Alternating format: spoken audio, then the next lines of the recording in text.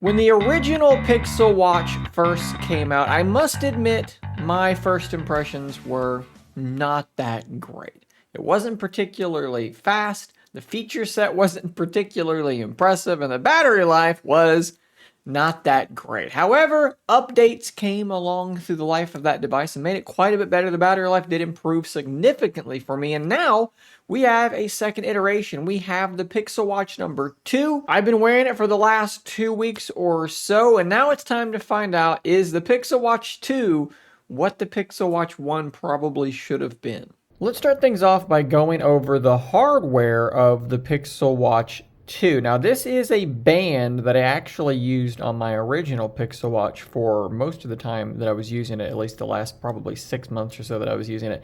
And luckily, this was able to be made to fit on this Pixel Watch 2. They say that the same bands should fit, but unfortunately, they did require a little bit of effort. There was a spot that maybe is slightly different enough that I kind of had to actually like shave it down with like a sanding tool. I can't remember the name of that tool that I used offhand, but I did have to modify it slightly. But they did in fact work after that. Otherwise though, this thing is almost identical to the original Pixel Watch. The crown is slightly different. We'll compare it to the original here. Maybe you can see that crown versus that crown. Very, very small difference. Otherwise, they look almost identical. They feel almost identical. They are, in fact, almost identical. Now, that's not necessarily like a bad thing either as I power up the original watch. I still think that this thing does look very good. It has a very distinct appearance to it. Personally, I don't want to wear a watch that people are going to look at and think, oh, that's an Apple Watch. I like to be different, and this watch looks different, and that to me is a positive. The materials are quite premium. As you can see with my Pixel Watch 1, no significant scratches on the screen. There's like a little bit of a micro scratch there, I think. But you gotta look really, really hard to find it. So that's actually pretty impressive. It's held up better than I expected it to, given the design of the watch. Really, if there's a problem that I have with this watch in terms of hardware, it's gonna be related to the screen. So as you can probably see during the course of what you're seeing now, I have the always on display turned off. I did actually have it on for a little while, and what I started noticing was some screen retention. Now that's not the same as burn in, which should be permanent. This was something that will go away after you maybe have something else on the screen for a while. But what I was getting was my always on display. I would unlock it and I would, go to do something else, and I would see, a little bit of that ghosting effect of my always on display remaining on the screen. And that is definitely a little bit of a disappointment. Overall, though, I think the screen is okay. I wish it was a little bit brighter. Some of the competitors out there from Samsung are definitely far brighter than this. It's not a bad screen if we get up really nice and close. You can kind of see the details there. The pixels may begin to become slightly visible, but again, not a terrible screen. I wish I could say the same thing about the speakers, which are absolutely terrible. I'll let you hear what they sound like. What's the forecast for today? Today in Knoxville, it'll be sunny with a forecasted high of 76 and a low of 43. Right now it's 43 degrees and partly cloudy. That is as loud as it gets. It's crackly, it distorts. It's just a terrible speaker. Otherwise, pretty good though. We have, one button over here which brings up our recents. As you can see there, the apps I've had recently. You can also long press it to trigger the assistant.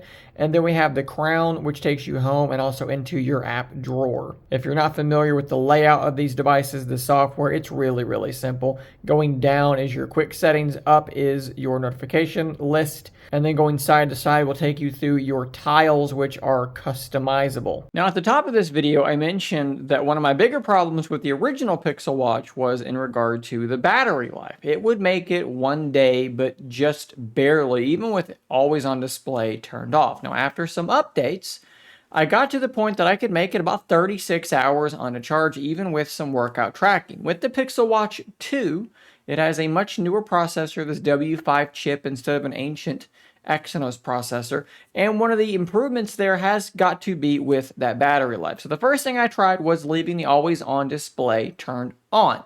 With this on, I made it a full 24-hour period without issue. And what I mean by that is I'm putting the thing on sometime around maybe 8 in the morning. I wear it all day, all night with sleep tracking. And then by 8 a.m. the next morning, I was somewhere around 15-20%. So you got to charge it from there. That is definitely an improvement. If you are an all-day wearer with AOD turned on, you should be able to make it all day. However, with it turned off, with the always on display disabled, we are getting close to a full 2 days. Typically what happens for me is, again, watch is on about 8 a.m. I wear it all day, all night with sleep tracking, and then by 8 a.m. the next morning, I'm somewhere around 45%. Now, there have been days where I forget to charge it, and then it's all the way to that night, and I'm like, oh, I'm sitting, pretty low. I'm like 25%. But that's like, 8 p.m. basically, and then I can throw it on the charge, put it back on before I sleep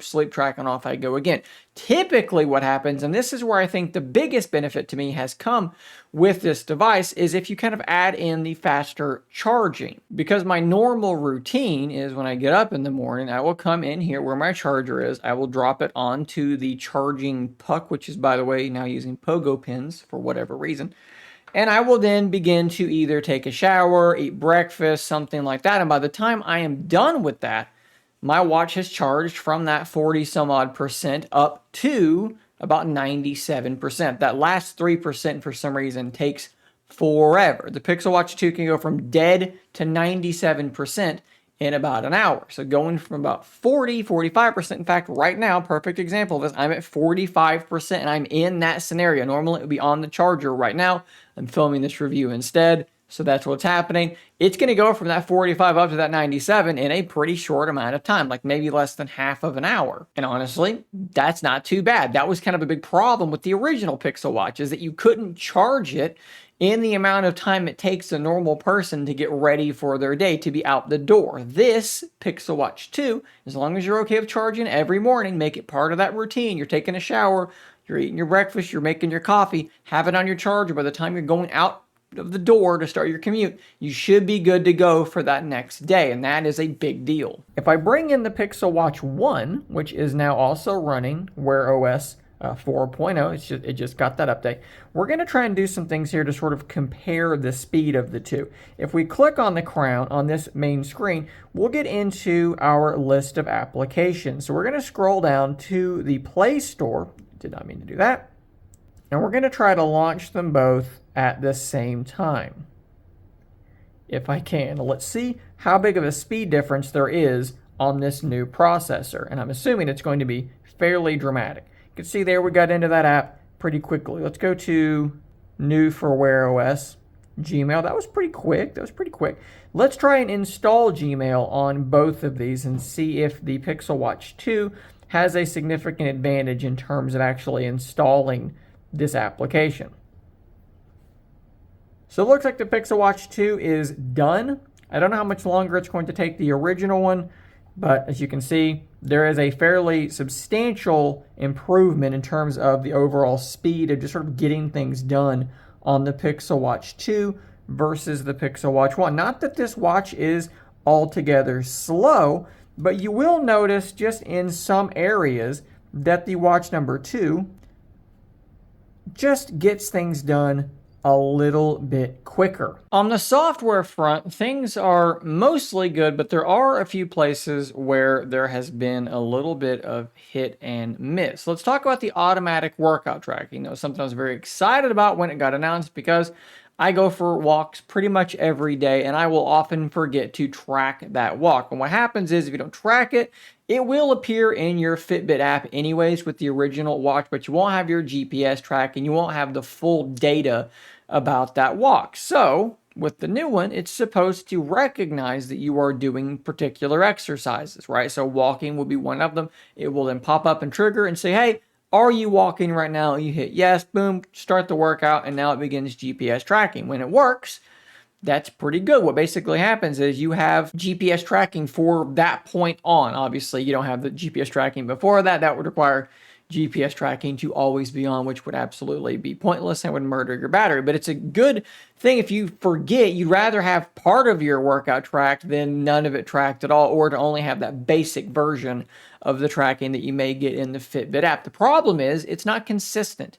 I take that same walk, like I said, almost every day, and it's like 50-50 if it's going to actually trigger. When it does trigger, it's about the exact same spot on my walk, about a third of a mile in, but sometimes it just doesn't trigger for some reason. It'll be in my Fitbit app. It'll show that I, did all these steps in that area, and it'll say there was a walk there, but the watch just won't trigger. And I'm not exactly sure why that is. Sleep tracking is something else that has just been inconsistent. When it works, it's really good. It's really detailed. I can see exactly how badly I slept or how well I slept, but sometimes, maybe once, sometimes twice a week, I get this thing that just says, hey, we could not get good enough detail to actually give you that normal breakdown of your sleep tracking. I don't know what's going on there. I know that it's tight enough. I mean, that's not a problem. We're the exact same way every night. It's not a problem.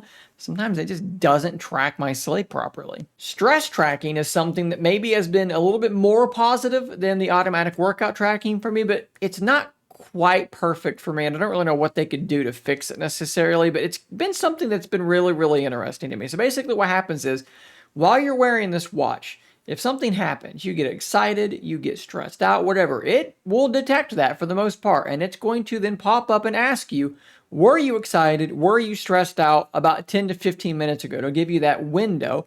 You're able to then click on and log your mood. There's several different options. And then from there, if it was like a negative mood, it may ask you if you want to do their breathing exercise, which is actually really, really cool. It has this nice subtle vibrations. You can just kind of close your eyes if you want to, and you can feel on your wrist when you should be inhaling, when you should be exhaling. And it actually is a helpful thing to do if you're in a stressed out situation. So it detects that you're stressed. It asks you if you're stressed. You say, yes, I'm stressed. And it says, maybe you should do this breathing exercise. And then it tells you how much your heart rate dropped after doing that thing.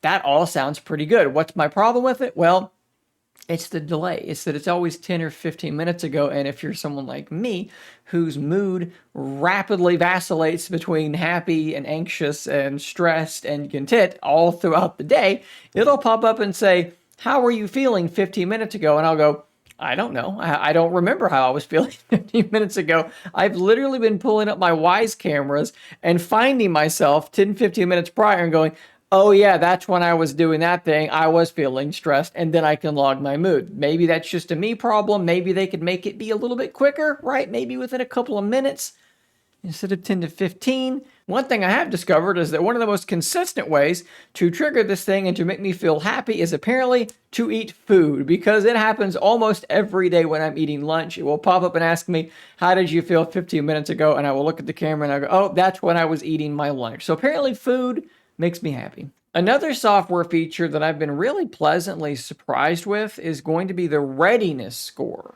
Apparently what this is doing is it takes into account your prior activity level, it takes into account your sleep quality, as well as your HRV, which stands for heart rate variability, and it determines kind of how ready you are for the day. Apparently, you want your heart rate variability to be higher because this indicates that your body, your heart is fully capable of switching between tasks. Sometimes the time between each beat of your heart needs to be shorter because you're active. Sometimes it needs to be longer because you're relaxed. That is a good thing to have that level of variability. If it detects low variability, it sort of assumes that maybe there's inflammation in your body, maybe you're tired, maybe you're getting sick, something's wrong, and it gives you a lower score. And in my experience with this, it is extraordinarily accurate. I had a morning just the other day where I woke up and I felt absolutely terrible. I have some neck issues. I was feeling very much inflamed and stiff and in pain. I felt terrible that morning.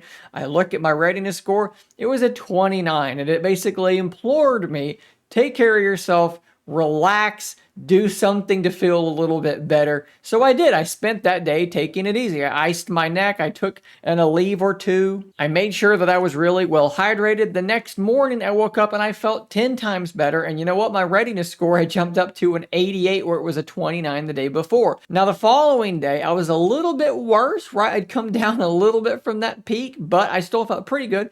And that day it was like a 69. Like it seems to be telling me exactly what I'm already feeling. So sort of reinforcing like, hey buddy, you're feeling good today, get stuff done, or you're not feeling so good, and here's what you can do to help with that. That is something that I think I'm really going to enjoy having. Now, unfortunately, to keep using that feature, I'm going to have Fitbit Premium because some things are locked behind that subscription, and we'll quickly go over that now. So your daily readiness score, as you can see, that is behind the paywall. You got to pay for premium to have that. sleep details. If you don't pay for it, you're only going to get your score instead of your score details. That one really doesn't bother me too much. Those mindfulness sessions, part of that stress tracking, well, do you want the preview or do you want the actual full mindfulness meditations? I've not really actually used that, so I'm not really bummed out about that, but maybe that's something that you need. Recipe and meal hacks, preview only unless you're paying for it. So there are a few things that are behind that paywall, and that's going to run you about $10 a month. So you definitely got to keep that in mind. One other thing I want to touch on is that with these improved sensors, things like your body temperature variation while you're sleeping cannot be tracked. And also, your heart rate is indeed being tracked at a much higher sort of refresh rate. You can watch it live and it changes much more frequently. They claim that it's far more accurate, 40% more accurate than it was before. I'm going to take their word for it. I don't have really problems with how it was with the Pixel Watch 1, but it is supposedly better with the Pixel Watch 2. So guys, overall, I have enjoyed my time with the Pixel Watch 2. Battery life is even less a concern than it was before.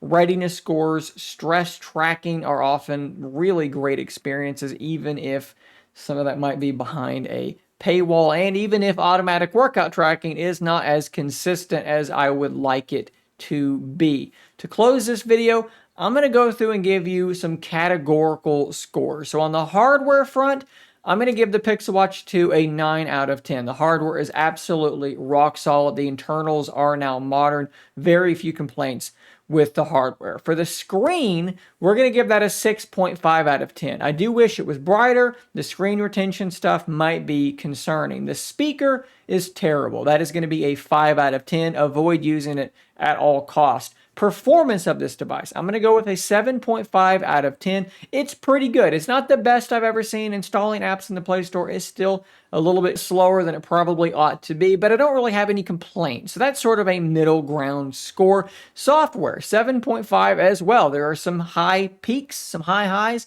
but there are also some inconsistent, buggy, weird things going on that I just can't really say that I approve of. Yes, you get some of that Pixel stuff, right? Like fall detection and your safety check stuff that's all very cool, but we gotta like iron out some of the bugs and some of the weird things. Battery, we're gonna go 7 out of 10. It's still a one-day watch for most people, so I can't say that I love that, but it's definitely a one-day watch that does one day with relative ease now versus where it was before. So guys, there you go. Those are my thoughts on the Pixel Watch 2. Big shout out and thanks to Google for sending this watch over for me to review. As always, they are seeing this review at the same exact time as everyone else. They were not given editorial input, nor were they given early copy, and of course, no money was exchanged for the production of this review. Guys, thanks for watching. Subscribe for more content like this, and until next time, stay nerdy, man.